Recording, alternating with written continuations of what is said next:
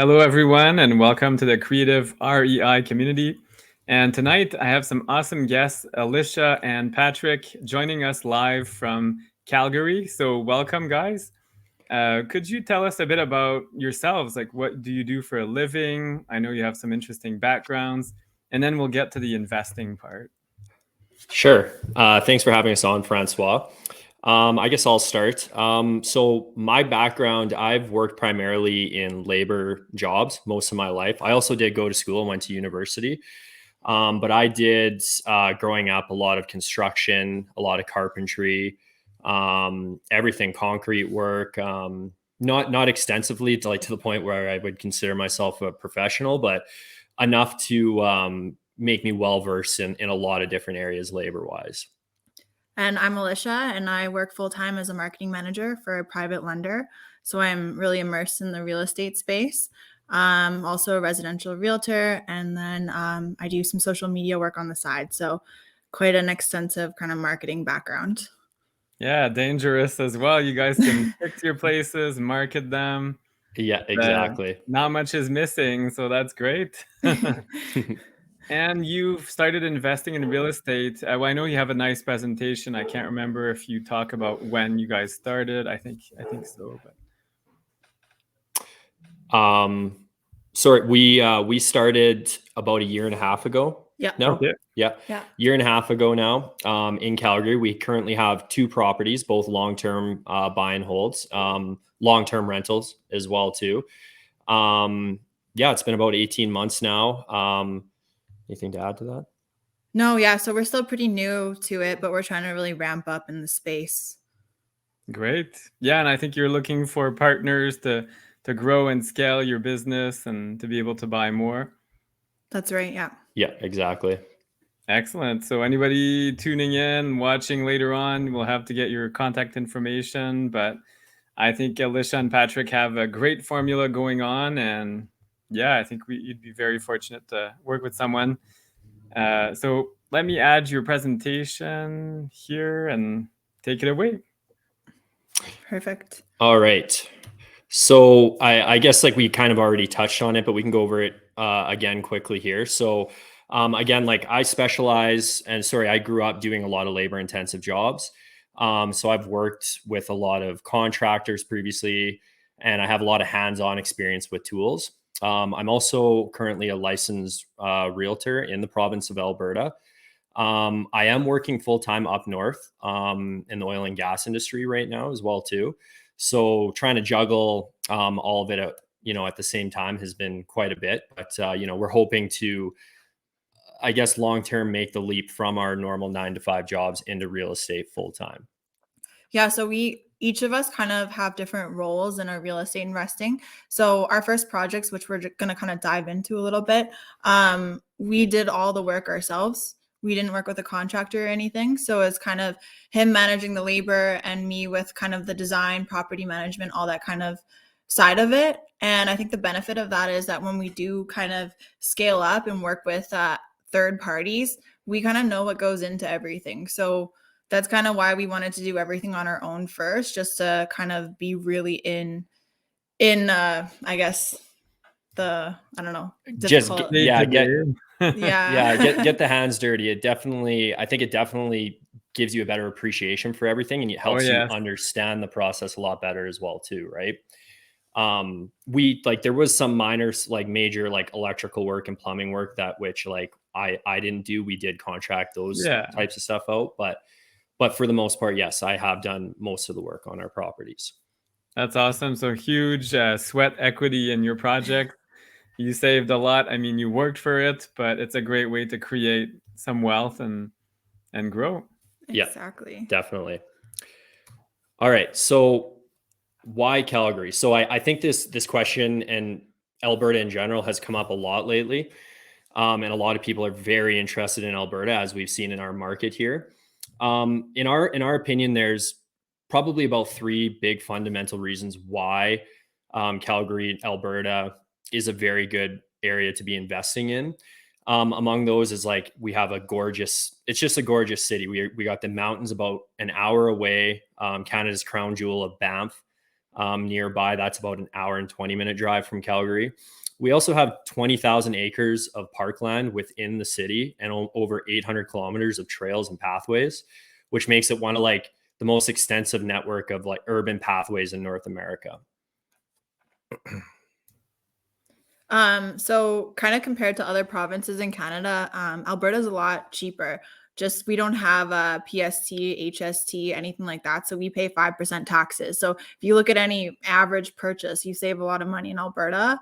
Not to mention our wages are pretty high here too. So your cost of housing compared to your income is quite a bit lower compared to some other places too. So that's really appealing about it. And we just recently got rated the number 3 most livable city in the world. So that's exciting for Calgary. It really attests to kind of the city that we live in. I was born and raised here, and I've lived elsewhere, but I've primarily lived here. And you moved here from Ontario, so kind of different perspectives of the city, but it's a great place to live. And we have a really important question: Flames or Oilers? Oh, Oh, that's a God. no-brainer. Flames, and he's secretly a fan too, even though he's from Ontario. He pretends he's a Leafs fan, but I'm a Leafs fan first and foremost, but if it's Flames or Oilers, Flames for sure. Yeah. There you go. So yeah, I love Calgary. It's gorgeous. I had never been until this year, and yeah, like you mentioned, the parks are impressive. Nose Hill Park is enormous. Lots of green space, lots of wide roads and trails, and nature is really close by, and the roads are good. They're not jammed. Like, yes, there is traffic, but it's really not bad compared to Toronto, or I'm not sure where you're from, Patrick, if you're from Southern Ontario or Northern Ontario. Oh no, north. okay. So Yeah. yeah, you don't no traffic then as much. Sorry. And yeah, all that disposable income. Wow, yep. So people get to enjoy it and spend it on rent and things. Exactly. And I think obviously another important thing to point out is our benchmark home prices. We don't have it listed here, but right now, as of August, we're sitting at an average price in Calgary of $531,000 average home price. Low. Very, very, very low. To put it into perspective, like if you compare it to, let's say, Vancouver, I believe is at 1.2 million as of August. Average price, Toronto area is 1.1 million. Hamilton is around the $750,000 range, I believe. And London, Ontario is at about $650,000. So just comparing some of the major metropolises around like the country, Calgary is still like significantly low on that list. And the infrastructure you have like is really, you can't compare. I'm in Ottawa, we're 1 million people, houses. I think it's about 800 on average now. But we have a light rail, but it's kind of a joke. And we don't have the highways. We just have one kind of highway straight through. You guys have the ring road, the trails they're called, and all those roads. So there's room for huge growth in the future. Yeah, they're finishing up the ring road right now because we didn't have one that fully went around the whole city. So it's kind of, I think it's going to be done in 2 years sort of thing. So that's huge for us getting across the city. That's going to really make it a lot easier. So, and I'll just say from personal experience, like I've lived in Winnipeg and Edmonton as well too, like commenting on the road system, it is definitely one of the better ones. They've done a very good job of making major roadways throughout the city to get from one side to the other, or even specific pockets within the city very efficiently. All right. We've kind of touched on this a little bit, but just kind of in terms of the migration trends. Yeah. So this chart we have provided here is of Q1 2022. And you can see that we've had international net migration of 11,000. And then you can see that throughout all the other provinces, we've also had a net positive migration towards Alberta minus BC and the Newfoundland, Labrador, that area. Our total number of migration towards us was 16,500, I believe, in the first quarter of this year. Compared that with this first quarter of 2021, which was about 3,000 people net migration to Alberta, it's an increase of almost 400% year over year. And this is like, we saw this a lot, I think specifically when we posted up one of our recent properties for rent. Our tenant was moving out, and we had to post it up last month. And we actually saw about within 3 days about 150 applicants, and not just from Calgary. We had people from all over Canada messaging us about it, and even some from the States as well too. So there's definitely a huge migration trend upwards towards Alberta right now. Yeah, I think 90% of the applicants I think were from somewhere else. Yeah. It was pretty high. Yeah. Mhm. Yeah. That's impressive. So that shows, well, people are bringing their jobs with them. People are coming for new jobs being created in Calgary.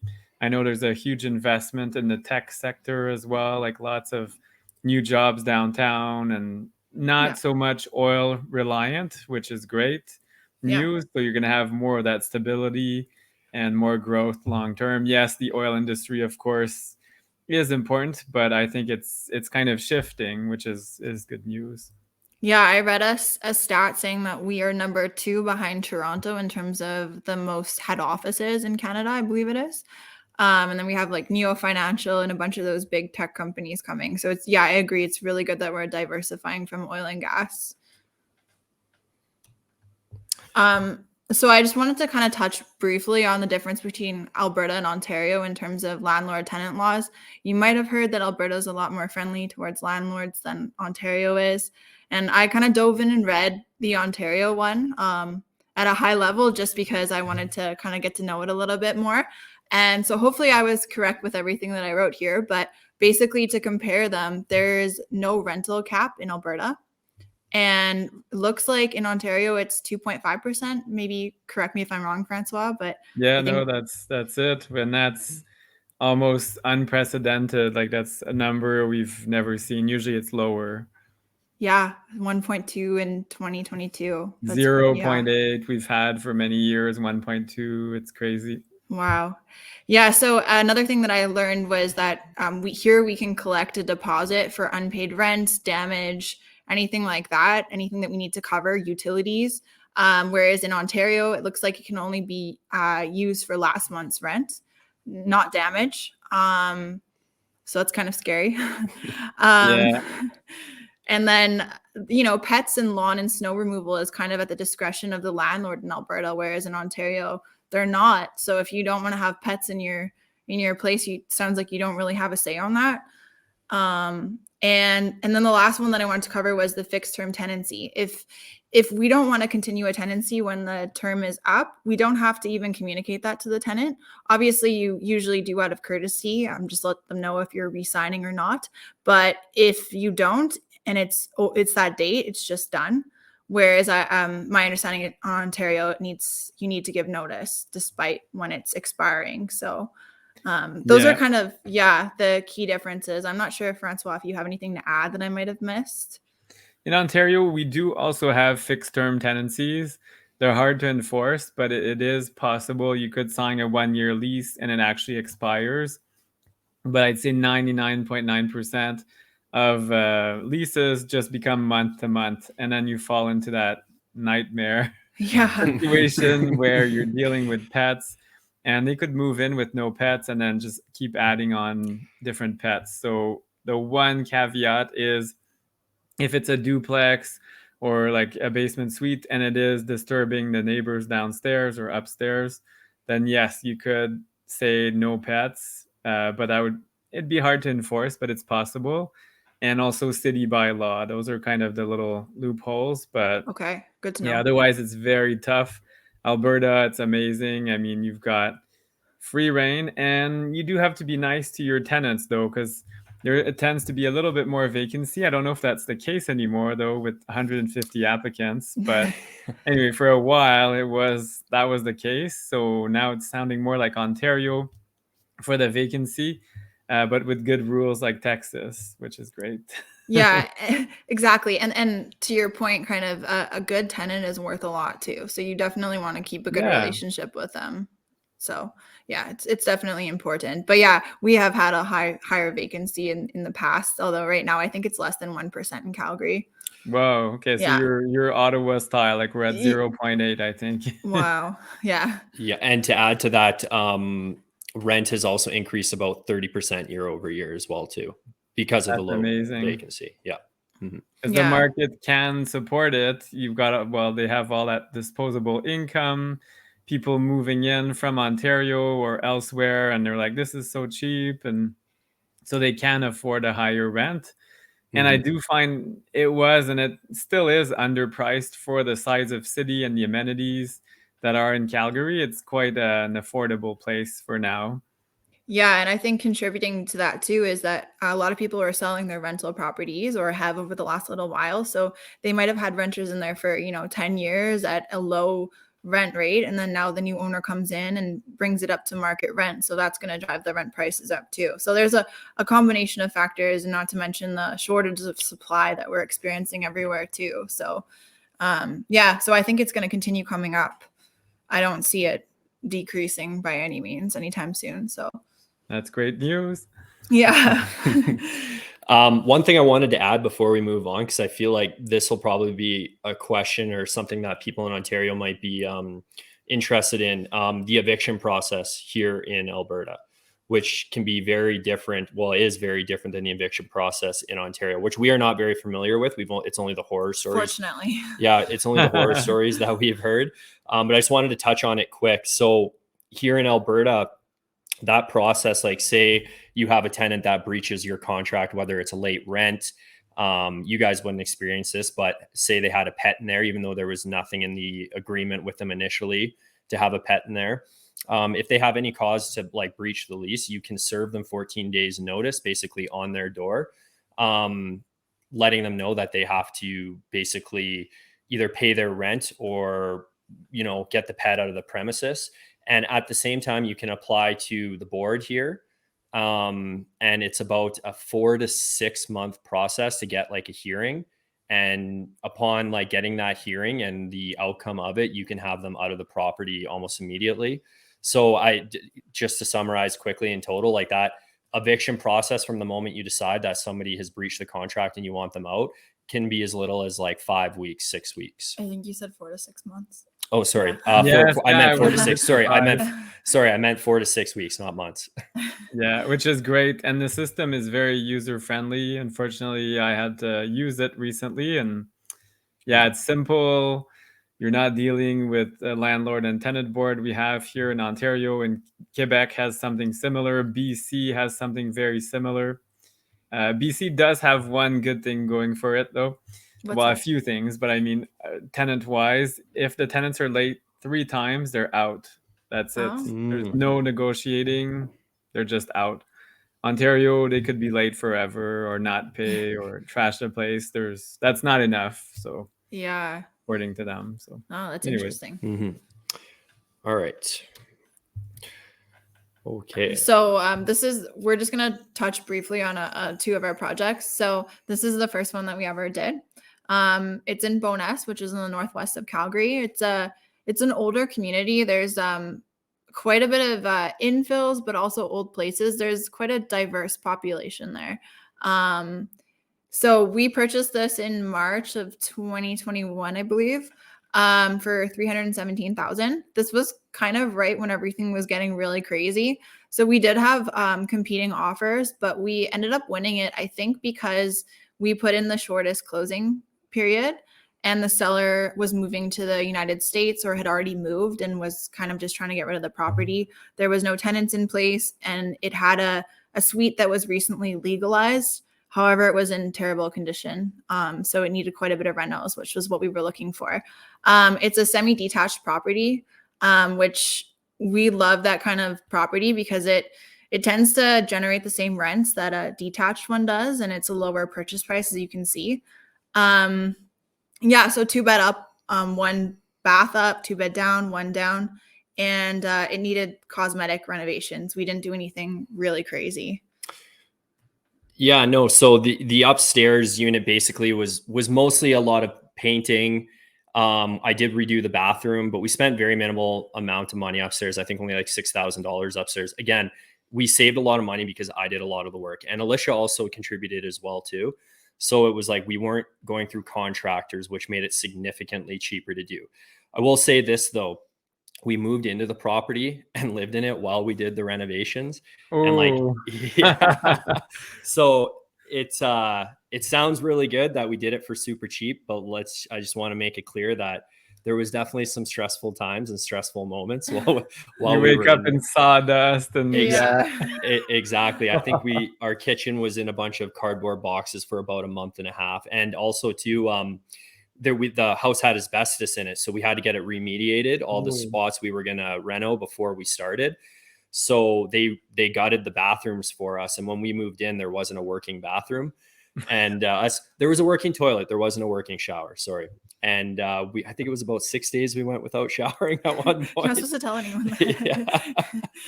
No, but yeah, we had to go to my parents' house and use their bathroom. And it was just like, we would have loved to just keep one suite functioning and only renovate one at a time. But that's kind of the unfortunate thing that we face with having asbestos, which I mean is very common for a property of 1972. So yeah. So here's a couple pictures of our upstairs unit. As you can see in the kitchen, like we kept the original cabinets and just refaced them and turned them into shaker style cabinets, which we did ourselves. That was a pretty labor intensive, time consuming labor intensive process. So it was mostly just paint and facelift upstairs. The bathroom, if you look on the right hand side, though, that one got gutted, and that was a significant transformation in there. And that was probably where we spent the most money. And like looking at it, you can probably see why. The before pictures, and it was even worse like in person as well too. So this was our upstairs unit, which I had mentioned didn't require as much. And then this was the downstairs unit. So this one we went a little more extensive on. This one we gutted the bathroom, we gutted the kitchen, new flooring, paint throughout.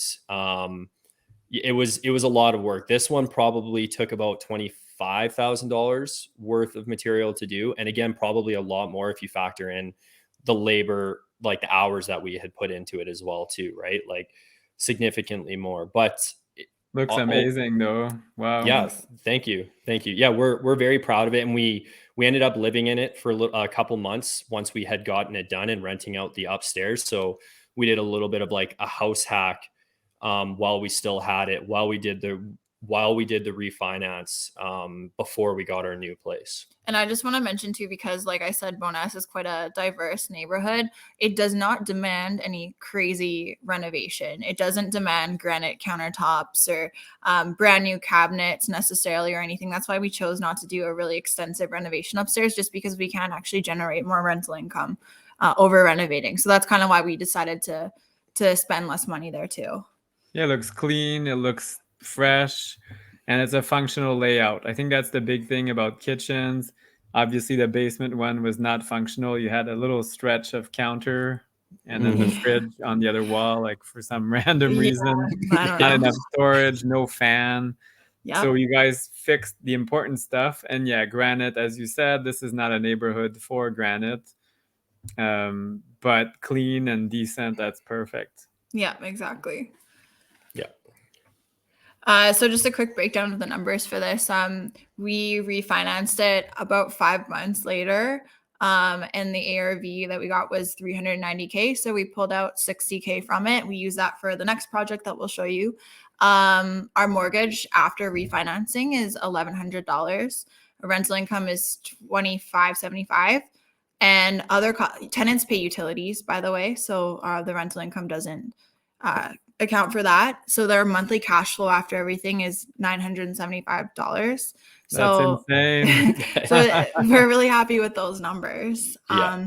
When we re-rented this place last month, we charged $100 more than the previous tenant. And I think we could have charged quite a bit more actually, but we wanted to be, pretty reasonable, I guess. Fair and in line with the rest of the market. Like hindsight, looking at how many applicants we had and how much interest there was, we could have went a little bit higher, but I think just looking at the market and stuff, we kind of came in at a fair price. And again, it's like we had mentioned earlier, here in Alberta, it's not that hard for us to up that more in another year when the lease is up, because that's what we signed as a 1-year lease. Yeah. Okay. You could awesome. pretty much double if you wanted to. There's no limit, so Yeah, you can do whatever exactly. you want. Yeah. Exactly. Yeah. All right, so this is another project. We're actually currently living in this one. So we have a basement suite here as well. And when we bought it, it was an illegal suite and we were working on legalizing it. So we're going to run through the process of legalizing with you quick, just to show you what goes into that. But we bought this November last year for $421,000. And it's a detached home in more of a family community. So not really a lot of renters in the community. And it's quite a bit newer than the other projects. So they're quite different, but they both are really good in their own ways. This one's 2 bed up and 2 bath up. And then downstairs is, I said 1.5 bed because it could technically be 2 bedrooms if you added one wall, but right now it's 1 and then 1 bath down. So our plan with this one was not to renovate everything because it's outdated, but it's nice enough to attract good renters. And we just wanted to legalize the suite and just add laundry as well because there was only one set before. So it was a minor renovation that we did. Yeah. So we'll just show some pictures here. So as you can see, like it's outdated. Like, okay, you don't have the flashy like subway tile on the back or like the LVP updated on the floor or the nice white countertop. However, like it was all in very, very good condition. And given the year of it and what the ARV would have potentially been, it just wasn't worth it for us to completely come in and redo this and sink a bunch of money into it. So as Alisha had mentioned, we took a very different approach to this one. We didn't go for necessarily a burr. It was purely just a buy and hold at this point. And we know that at some point in the next 10, 15 years, maybe we can probably come in and redo it in that timeline and then maybe burr it down the road. So this one we approached like a lot differently here.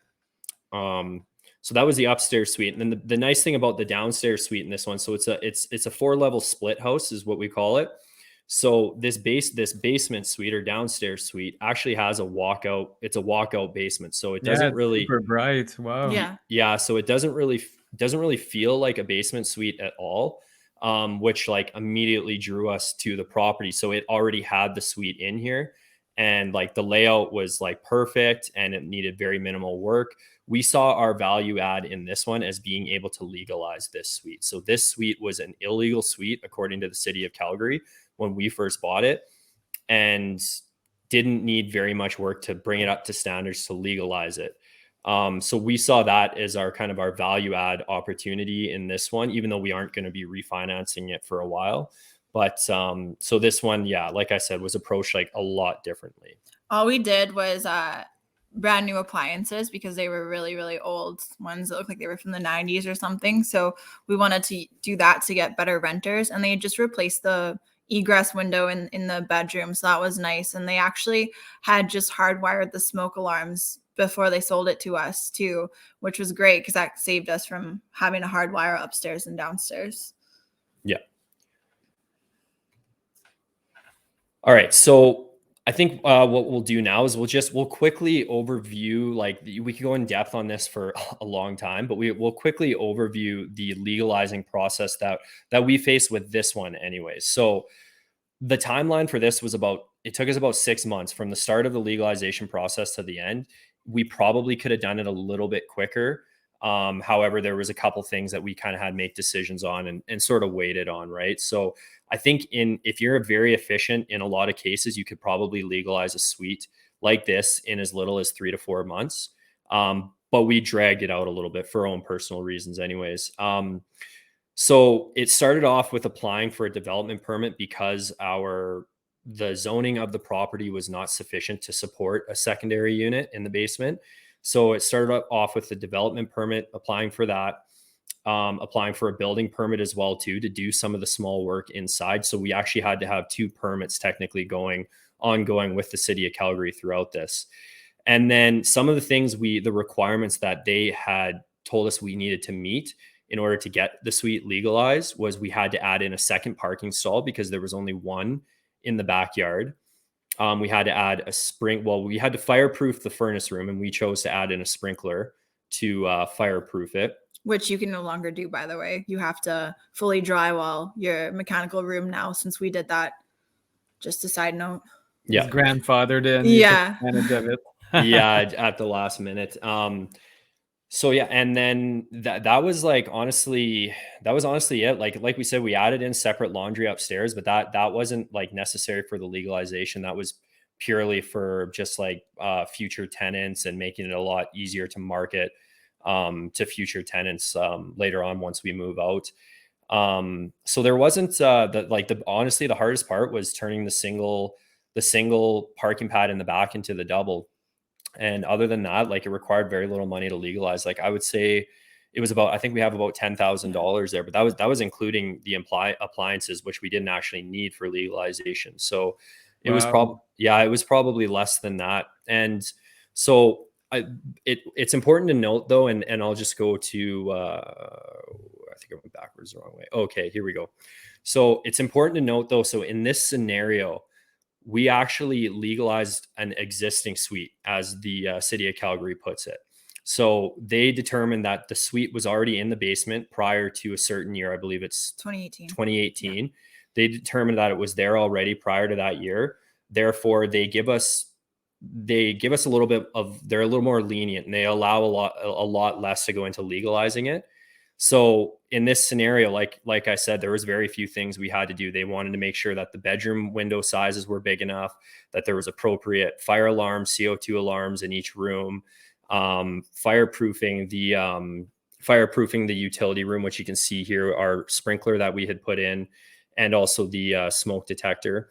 And so there's very minimal requirements that we had to do to legalize this suite. Now, moving ahead, if say you buy a property that does not have a suite in the basement already, and you want to add one from scratch, a lot more money, a lot more money, and also a lot more criteria to meet if you want to legalize that suite. Yeah, you need 2 furnaces, because you're mentioning 1 furnace. I'm like, where's the other furnace? Yeah, that's a big one. Is you need separate ductwork, ventilation system, just all of that. You can't have shared branch circuits, anything like that. So that adds up, and it can be a lot more money, but you can kind of maybe pull out your money more so when you add one from scratch, because it's a lot more value add for sure, but it does take quite a bit more money. So that's something that we haven't done, but we have reviewed it, and we've had a contractor quote one of the ones we were looking at adding a suite in for, and I think he quoted a minimum of $140,000 for a suite, and that wasn't including any other renos. So it can be quite expensive, but depending on what your goals are and what property you're looking at, it definitely could be worth it.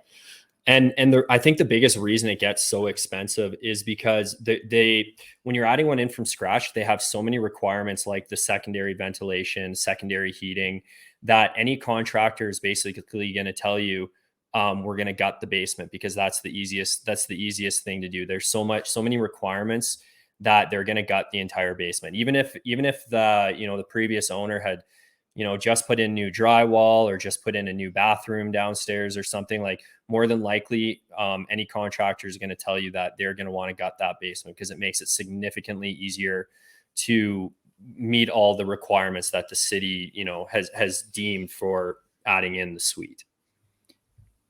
Yeah. Awesome. So yeah, that's everything. And we just put our email and Instagram here, and we love connecting with people. And as Francois mentioned at the beginning, we're always looking to work with new people, and we have a lot of goals for real estate this year. So yeah, thanks Francois for the opportunity to present here. Oh, my pleasure. This was great, and great tip. I mean, if you're on a budget, I mean, this is a great way of legalizing something that's already decent. And I like your strategy, as you said. Yeah, it was from 2004. I think the house where you're living, it's not the most current stuff, but nothing's broken. It's in really good condition, and you fixed what really matters, which is very smart. This is a rental property, so some people get attached and they're like, "Oh, this is my dream house." No, you guys are living in it, but I don't think you're going to live there forever. I don't think it's your forever home. So it's important to spend wisely and where it matters, which is what you did. Like, you spent money on appliances, you did the stuff that really brings the look up and the rent as well, and it makes sense in the neighborhood where you're investing. So yeah, everybody in attendance, I invite you to follow Alisha and Pat, or Pat and Alisha. Fields and Hammer. I love their account on Instagram. It's really good. Great tips and tricks, and it's fun seeing you guys with the wood and the car and different things going on. So I'm like, yes, I remember doing that. I don't want to do it anymore, but I remember. You got to have a sense of humor about all the hard things that you have to do, the comical things. Oh yeah. Like living without a bathroom for how long was it? 6 days or? Yeah, six days or something like that. I think it was around day 4 where we went to her parents and showered, I think. Yeah. Like, okay, I can't smell you anymore. It's time. It's really the dry shampoo can only go so far.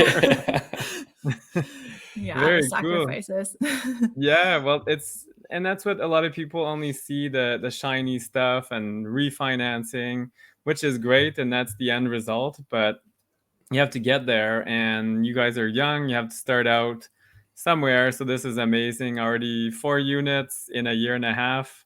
And what's next now? Like, you have to tell us. I know before we came on air, you were saying you've been competing and trying to get your next deal. So maybe give us a little sneak peek, and then we'll call it a night. Yeah, I guess we're kind of presenting to everyone why you want to invest in Alberta, but we're competing against everyone from Ontario too. So it's still been quite a crazy market here. Lots of competing offers on the properties that we're looking at. I mean, we're not looking at the high-end properties, obviously. We're looking at the ones who are illegally suited or just have any potential to be a good rental. So it's definitely been difficult to find something that makes sense, especially with the rising interest rates. But I know there is projects out there, so we're just actively looking for them and just getting creative on them. And I think one of the tips is make your offer stand out in more ways than just offering more money. So, whether it's the timeline, conditions, if you can leave one of them off. I'm not recommending that if you're not in a position that you can, but there's other ways that you can compete besides putting in a higher offer.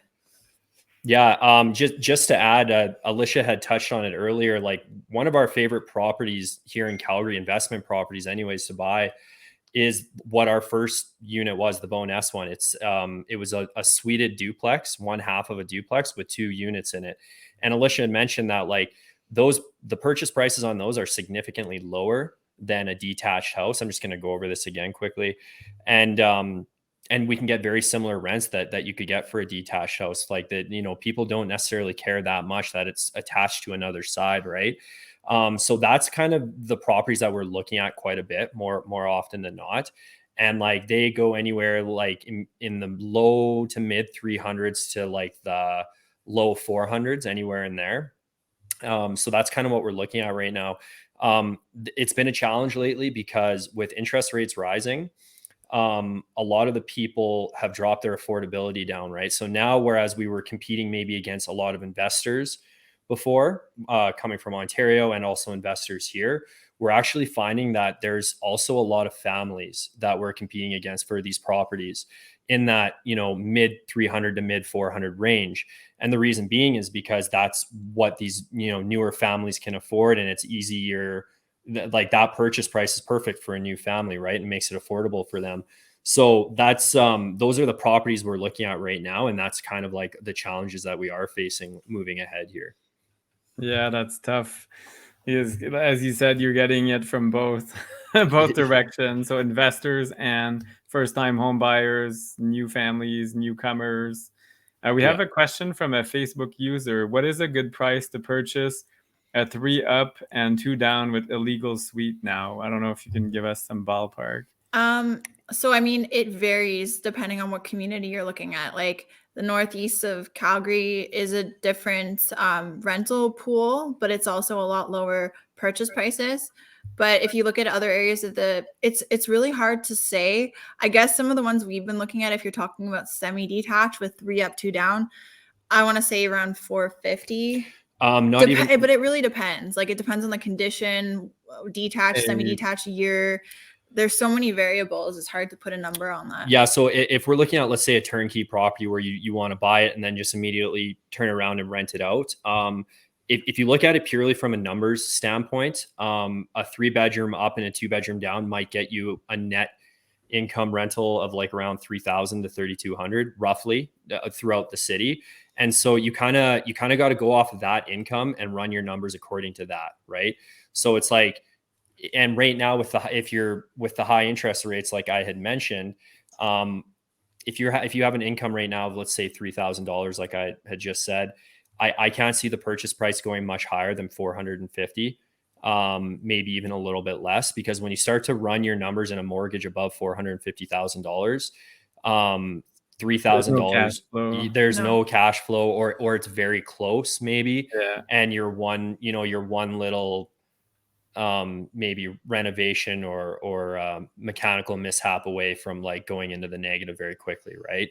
So again, it's a very tough question to ask, but like I would say nothing above much more than $450,000. There you go. So wonderful. This was great, very informational. Thank you very much for spending some time with us. I can't wait to hear about your next project and see what you guys are up to. We'll have to catch up. I'm supposed to come to Calgary in late October. So if you guys are around, I'd love to maybe have dinner and talk about some future things we could do together. I hope everybody in attendance enjoyed. And yes, I saw a question. It will be, this webinar will be on the Facebook group. So if you're part of the Ottawa Savvy Real Estate Investors or the Creek, the creative REI community, you'll also have access to it. And thanks, everyone. I hope this was informational. It was for me anyway. And thanks, Alisha and Pat. Have a great evening. Thanks, everyone. Yeah, bye. Thank you very much. Thank you. Bye.